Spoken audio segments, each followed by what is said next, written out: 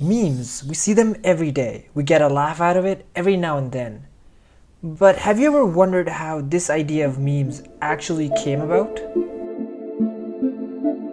The word meme was introduced by the famous evolutionary biologist Richard Dawkins in his book The Selfish Gene. Dawkins took the understanding of the basic functions of a gene as an analogy to describe a meme. He hypothesized that just like how the most fit genes in its very basic function replicate and drive biological evolution, memes are similar. They spread from person to person, but unlike genes, memes drive the cultural evolution. They spread the most fit idea, behavior, word, or a style.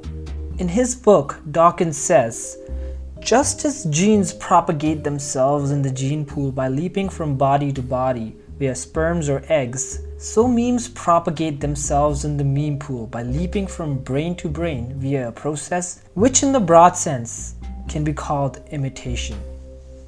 Memes have been around before the age of the internet. One of the examples of a social meme was an American pop culture expression.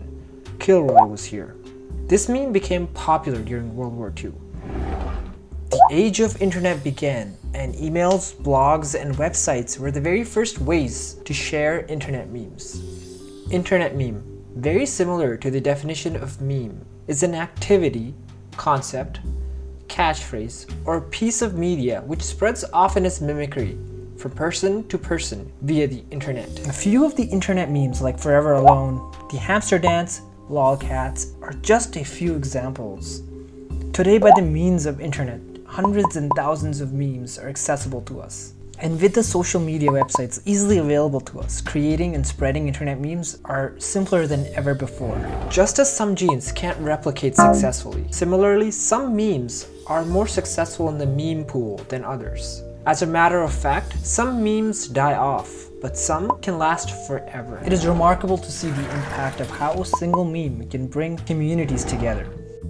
There's also an argument against this meme theory, which suggests that genes copy themselves much more effectively and accurately than memes ever would. Some in favor of the meme theory argue the usefulness and predictions meme can provide in understanding how our culture develops over time.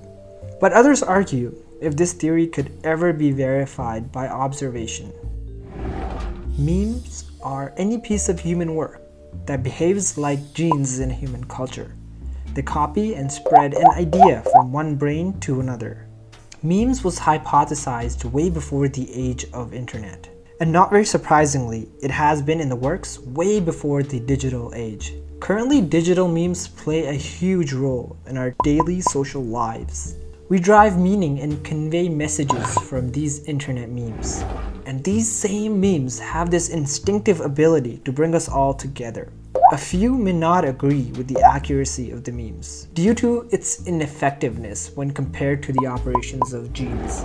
But it should be fair to say that this meme theory in this digital age might have the potential to help us comprehend our world standards, values, social and cultural trends.